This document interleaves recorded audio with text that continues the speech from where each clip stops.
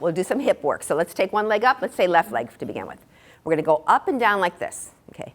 The hip is such a cool joint, and it has a lot of cool things that it can do. It can go up and down steps, right? It can go out and in. This is the movement you use when you get into a car, right? So this kind of, they call it abduction and adduction movement.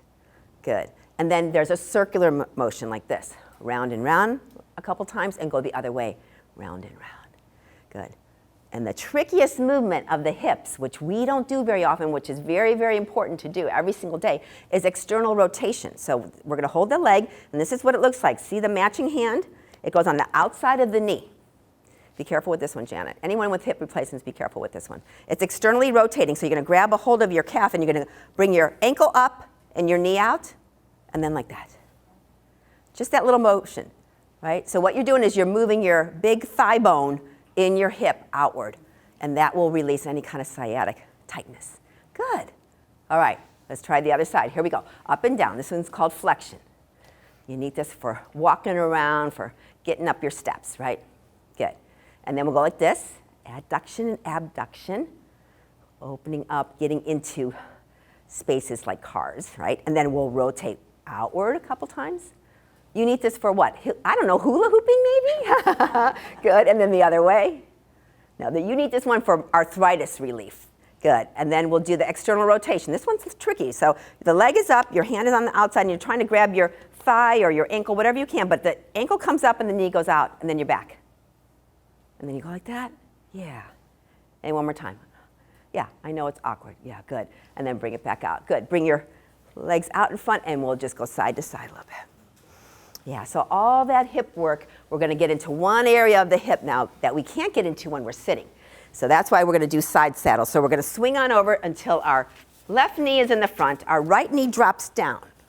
Okay, so you want to make sure that only your left butt cheek is on the chair, but you're holding on with your left hand. Okay, you're holding on with your left hand.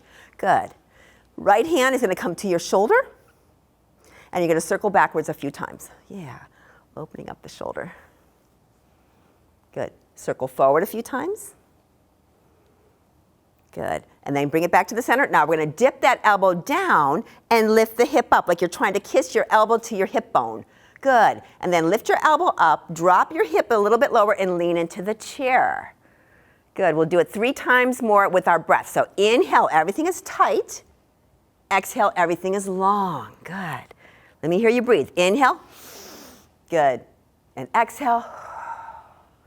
And last round, inhale and exhale. Good. Holding that, we're going to bring the hand to the top of the head.